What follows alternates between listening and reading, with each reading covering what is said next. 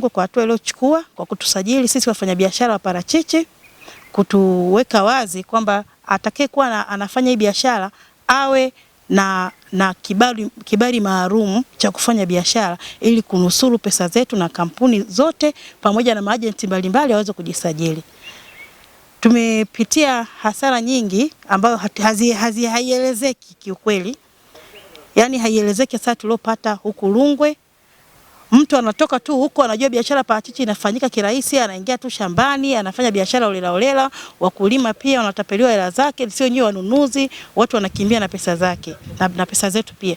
Kwa hiyo tumekula hasara ambayo haielezeki, yani haielezeki. Tuna machungu, yani machungu makubwa mno, pesa ambayo tumepoteza sisi huko mashambani. Kwa hiyo serikali mimi nimeipongeza kwa hatua iliyofikia. Kwa hiyo tuko hapa maofisini tunajisajili makampuni pamoja na wanunuzi ili tuweze kufanya biashara kiurahisi. Mfumo ambao umeletwa na COPRA ni mfumo mzuri kwa sababu kutakuwa na kutambuana. Mara ya kwanza ilikuwa kila mtu anayeamua kuwa dalali anaamua kuwa dalali. Akifanya vitu huko kwa wakulima kuja kujua kupata utambulisho wake inakuwa ni ngumu. Kwa hiyo inaondoa vitu vingi sana. Kwa sababu watu wanakuwa wanatambuliwa na wanakuwa wanajulikana wanafanya kazi na makampuni gani. Lakini kitu kingine itapunguza kununua mizigo ambayo imeibwa kwa sababu umetokea wizi mwingi sana mashambani. Sasa ili ununue mzigo lazima tujue wewe ni dalali wa wapi. Kwa hiyo itakuwa inawezesha kuzuia wizi na kufanya utambuzi mzuri wa kujua hii mizigo inatoka wapi, lakini pia itasaidia kuwafikishia wakulima bei ya haki kwa sababu unakuja ukuta kwamba dalali anapata hela kwenye kampuni, anapata kwa mkulima. Kwa hiyo utakuta hawa ambao wenyewe wameshika riski kubwa kuliko wengine, wao hawapati hela nyingi kama dalali anapopata.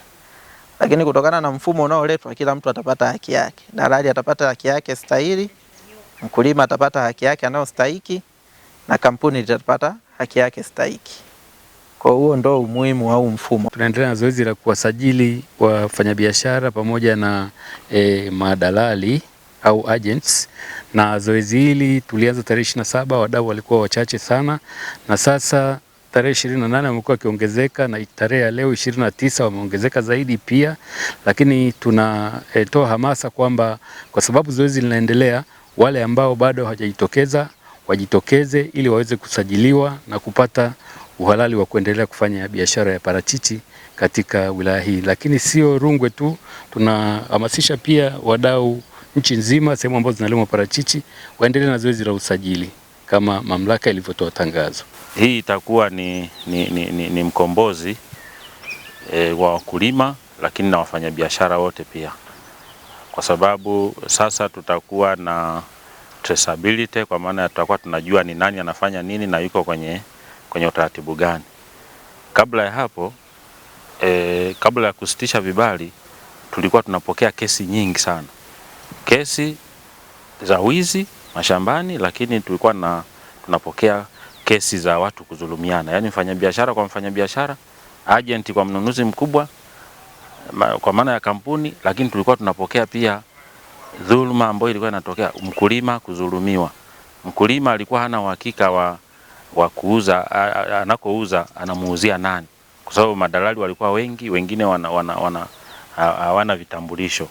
Kwa hiyo kwa hatua hii ambayo tumeichukua, naamini sasa tutakuwa mfumo wetu utakuwa rasmi na kila mtu atatambulika kwa nafasi yake. Na sisi tumeenda mbali kama halmashauri, pia tutaunda kamati mbalimbali ambazo zitakuwa zinasimamia kwenye level ya vijiji.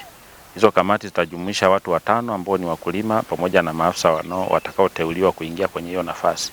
Lengo ni kuhakikisha kwamba tunakuwa na orodha ya wakulima wote wanaolima parachichi kwenye kijiji hicho. Watu ambao hao wezi sasa ambao wanaenda kuiba kwenye mashamba ya watu, itakuwa ni rahisi kuwatrace kwa sababu tutajua ametoa wapi matunda wakati hana shamba kwenye eneo husika.